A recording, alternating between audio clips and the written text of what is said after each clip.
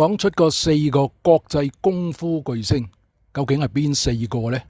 第一個李小龍，第二個成龍，第三個李連杰，第四個就係甄子丹。其中以甄子丹嘅功夫同李小龍最接近。點解咁講呢？甄子丹佢學跆拳、詠春、北少林功夫，仲去過內地嘅武術學院受訓。佢喺電影嗰度用咗好多 MMA 嘅格鬥模式，佢真係同阿李小龍個武術背景好相似喎。不過葉迎飛呢咪講漏咗一種功夫啊！太極拳嘛，我係未講，唔係講漏。因為佢阿媽麥寶嬋就係一個太極嘅高手，所以甄子丹呢由細就學太極拳啦，同阿李小龍係咪好相似啊？甄子丹媽媽麥寶嬋佢係大有來頭噶。點解我咁講呢？佢喺內地出生，自細就中意習武，先後拜師呢個傅永輝同埋呢個李天琪為師傅。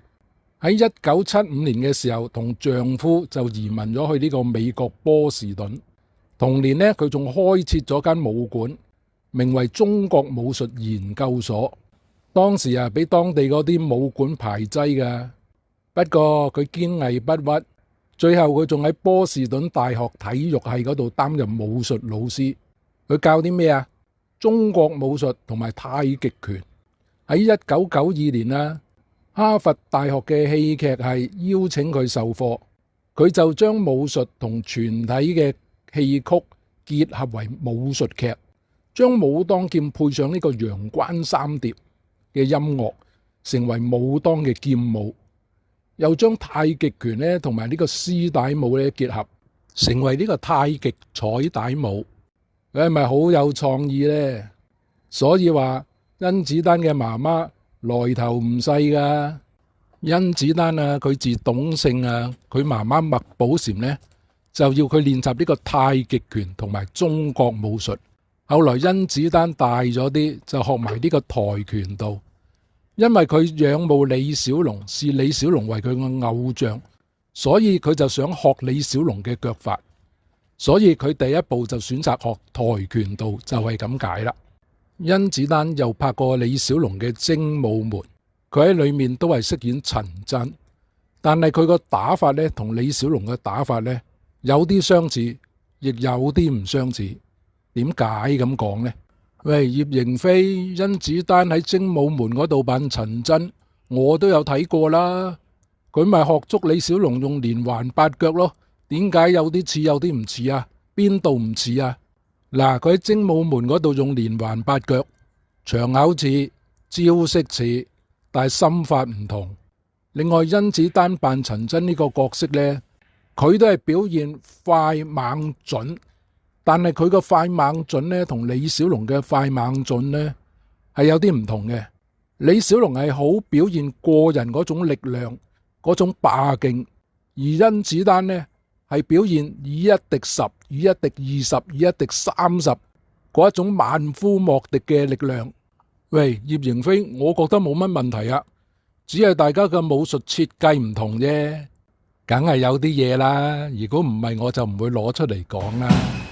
李小龍嗰種武術設計呢就比較真實，甄子丹嗰種武術設計呢就加咗一啲古代氣息喺入邊。點解我咁講呢？李小龍設計嘅武術係攞翻佢自己做得到嘅功夫嚟去改編拍攝，所以係比較真實嘅。例如李小龍強調佢嘅臂力，將嗰架人力車呢舉高，咁嘅人力車呢裏面坐住嘅嗰個漢奸呢就係好瘦削啊，嗰個啊，話李小龍係東亞病夫嗰個啊，咁都合理嘅。因為睇嗰個男人呢，頂籠都係得80零磅啫，分分鐘都冇。如果嗰個人力車本身唔係太重嘅，李小龍用臂力將佢舉高嘅，都係有可能嘅。但係呢度我唔敢肯定啊，我即係話有可能。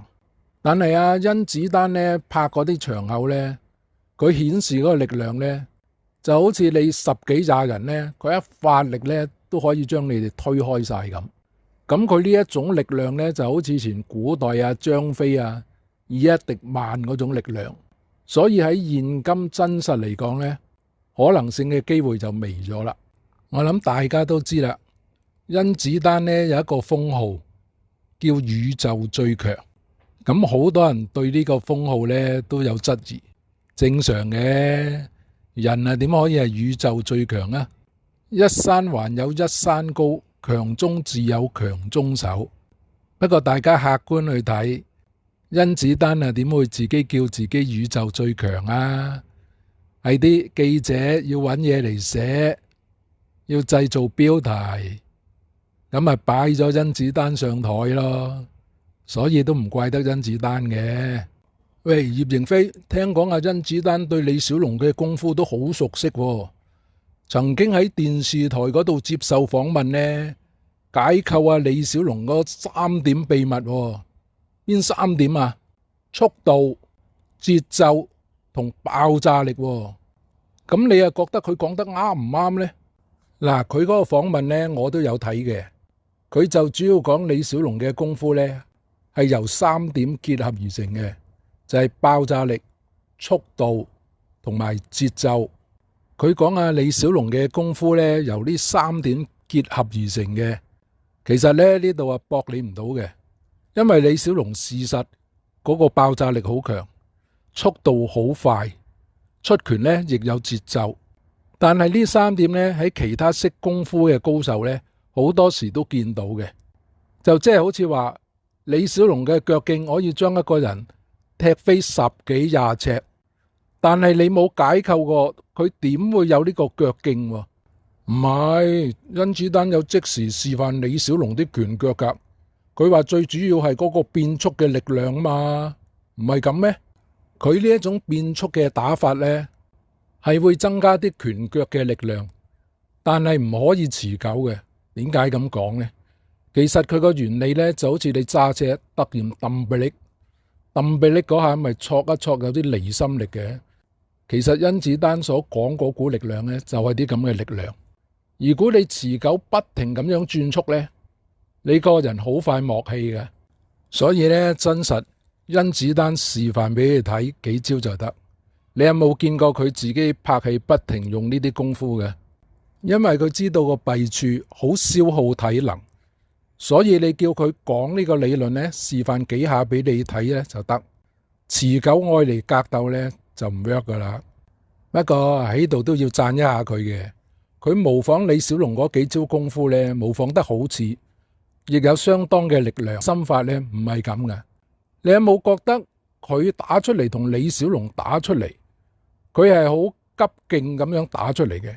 李小龍係好由柔變光咁打出嚟嘅。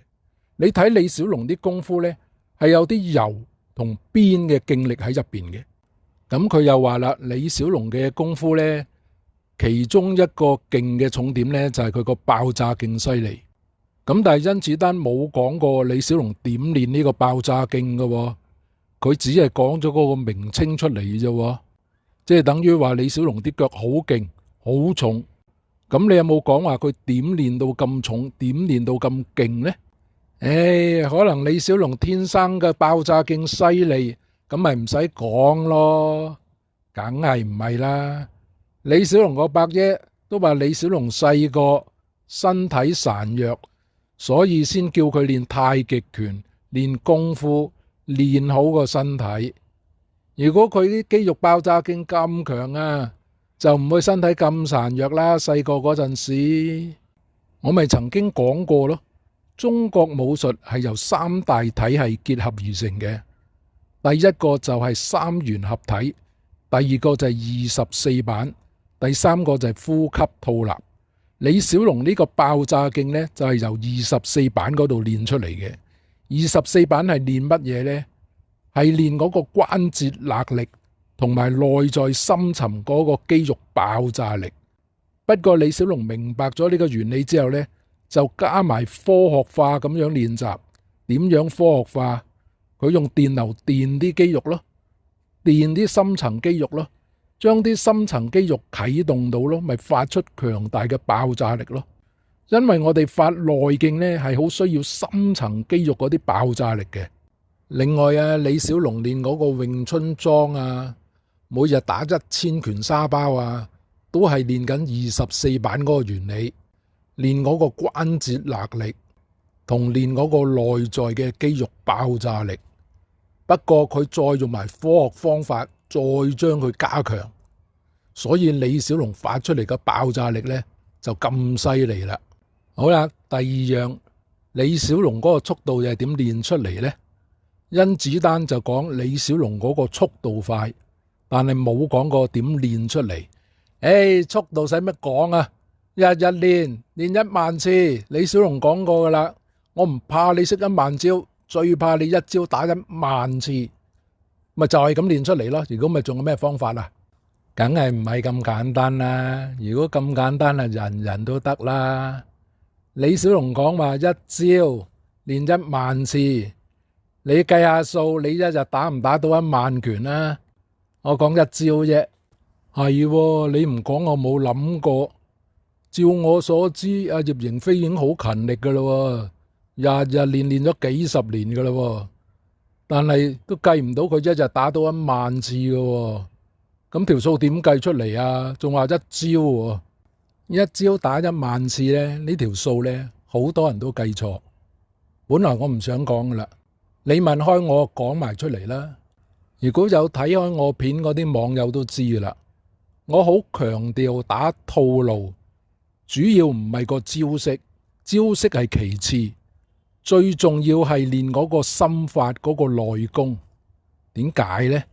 其實就係同一招練10000次嗰個理論有關係嘅。我哋打套路，少嘅幾十招，多嘅百幾招。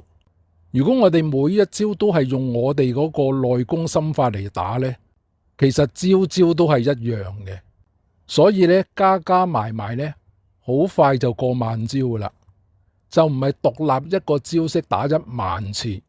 現今世代呢，好多人就一個招式不停咁樣練，最後加加埋埋練到幾十個招式呢，都可能消耗咗佢10幾20年啦。所以咧，你一招練10000次咧，每個都係獨立招式咧，你愛嚟格鬥就得。如果你真正係修煉武術咧，你係唔夠時間嘅。所以我以前同啲學生講，啲人話學套路冇用，其實佢哋係唔知練套路係練啲乜嘢，所以就覺得冇用。喂，李小龍都話冇用㗎喎，練套路，唔通李小龍都錯？冇錯，李小龍功夫係好好。喺當時佢亦都冇乜對手，但係唔代表佢所有武術都會識㗎。當時佢死嘅時候都只不過33歲啫，而且好多李小龍嘅武術都係睇書自己實踐練翻嚟嘅。有一啲古舊式嘅武術，佢冇師傅貼身教授，唔係咁易學得到㗎。好啦，講翻甄子丹話第三樣嘢啦，節奏。係啊，功夫好嘅人呢，好多都有節奏噶。我都讚過甄子丹嘅功夫，佢掌握嗰個節奏呢，掌握得好好。所以我咪曾經講過咯，你攻擊甄子丹嘅時候呢，佢除咗手擋你之餘呢，佢個頭啊或者隻腳呢，都有準備做防範啊或者攻擊嗰個意識噶。唔信你哋可以留意下甄子丹嗰啲電影啊。嗱，如果大家有豐富嘅格鬥經驗啊，打搏擊嘅經驗啊，你就會見過有啲對手一係就好定嘅，你攻佢先突然還擊；一係呢就好有節奏嘅，個頭又喐下，個身又喐下。嗱，你睇西洋拳同泰拳就好多呢啲高手噶啦。嗱，李小龍電影都有噶，大家仲記唔記得李小龍拍嗰個猛龍過江？同嗰個羅禮士喺嗰個鬥獸場嗰度搏鬥啊！李小龍一下不慎中咗羅禮士一下，跌咗落地下啦。跟住起翻身嘅時候就用蝴蝶步啦。其實李小龍就想表現一個高手用節奏嘅時候有幾犀利。嗱，我自己嘅經驗呢，你撞到個對手呢，佢企到好定同你打呢，你就唔知佢係咪高手。不過呢，好多時呢都唔係高手嚟嘅。但係咧，如果你撞到個高手咧，同你打嘅時候咧，佢好有節奏啊，身又喐啊，頭又喐啊， 8、9成都係高手嚟嘅。喂，你啲講法點解同我睇電影嗰啲唔同嘅？通常喺電影嗰啲高手係氣定神閒噶嘛，喐都唔喐，你埋到佢面門2寸，佢先拍你下，跟住你係累低，嗰啲先係高手嘛。哎呀，個身又喐，頭又喐，嗰啲先係高手喎，係唔係噶？你都識講啦，嗰啲係拍電影，貪好睇，要有氣派，所以個主角嘅形象咪要好似一代宗師咁咯，企喺度唔喐，到你一埋嚟呢，喺佢面門2寸呢，佢先喐，因為係電影嘛，咁樣睇先係一代宗師嘛，先係絕頂高手嘛，啲觀眾先拍手掌嘛。石堅都曾經講過啦，真嘅功夫未必好睇嘅，好睇嗰啲喺真實未必實用到出嚟嘅。你知唔知點解我會話喺格鬥嘅時候個頭又震啊，或者個身又震啊，嗰啲先係高手啊？知唔知點解佢哋會震啊？我哋練功夫練自然反應，練加速，練到某一個境界呢，我哋就有個功夫感。嗰個功夫感呢，就係將我哋嗰個神經中樞連接咗一起，所以一有突發呢，我哋嗰個反應就好快噶啦。嗱，好啦，又講翻甄子丹啦。甄子丹亦都係冇講到嗰個節奏點練出嚟嘅。李小龍練節奏，大家都知啦。李小龍跳叉就好叻噶嘛，喺比賽嗰度攞冠軍噶嘛。李小龍哥哥亦係西洋劍高手，亦將啲西洋劍嘅心得傳咗俾李小龍，所以李小龍掌握咗好多節奏嘅心得。咁加埋李小龍勤力苦練，不斷咁樣去鑽研。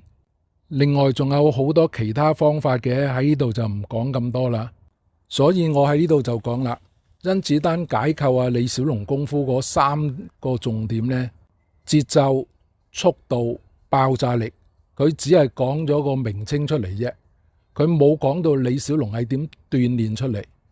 而佢講李小龍功夫嘅理論呢，主要係喺變速，所以呢，同真正嘅李小龍心法係唔同嘅。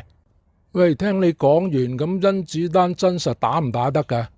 我咪講過咯，甄子丹係有真功夫嘅，係有實戰能力嘅。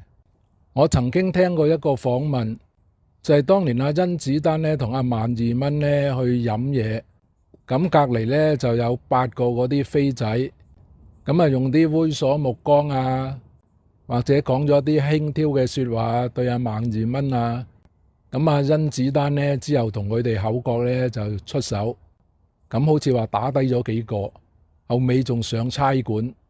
唔係喎，我又聽過另外一個訪問話，阿甄子丹拍葉問嘅時候，揾阿泰臣同佢做對手呢，甄子丹好驚，同佢拍戲嘅時候，驚阿泰臣一下錯手打中佢呢，就可能傷得好嚴重喎。喂，唔怪得佢咁講㗎，你有冇見過人哋拍戲先？人哋拍戲呢，好多時呢，唔係話邊個好打喎，個導演要求你嗰場拍得唔好，你要 NG， 重複又重複，有氣力打到冇氣力，好打都打到冇反應，所以點到你唔驚啊？喂，如果李小龍中泰臣一拳啊，李小龍都有機會重傷啊！所以以後唔好咁傻仔啦，見到拍戲話邊個打低邊個啊！我曾經喺個片場嗰度啊，見過當年呢嗰個日本女明星呢，大島由加利啊，嗰個功夫女明星嚟嘅，同個男演員對打嗰一場呢，個男演員呢就要揾替身，揾個龍虎武師，咁啊中咗啊大島由加利一腳，嗰個龍虎武師啊即場啊暈咗啊！嗰個龍虎武師唔係唔夠大島由加利打，你知唔知拍電影最犀利嘅高手係乜啊？就係佢係主角，你同佢對打呢，最後係要俾佢打中，咁你撞啱呢，嗰個主角呢啲功夫唔係好得嘅，半桶水嘅，咁佢就係絕頂高手噶啦，分分鐘打暈你噶。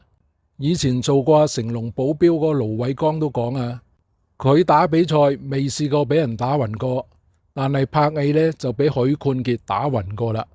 所以我話你拍戲幾好打都冇用，最犀利就主角。總結下，甄子丹係有真功夫嘅，佢都亦係一個名副其實嘅國際功夫巨星。因為佢而家亦有佢自己嘅風格，有佢嘅自己嘅功夫。大家唔好將佢同阿李小龍去比較啦，因為各有各唔同嘅風格，各有各嘅演繹。我哋最難得嘅就係我哋香港人可以出到呢幾位國際功夫巨星，都引以為傲啦。今次講呢啲功夫明星呢，都好似講到有一啲傷感。咁我就同大家分享我一個作品，係一個歌曲嚟嘅。個歌名呢就叫做《結局也非真》。點解結局都唔係真嘅呢？咁大家聽下啦。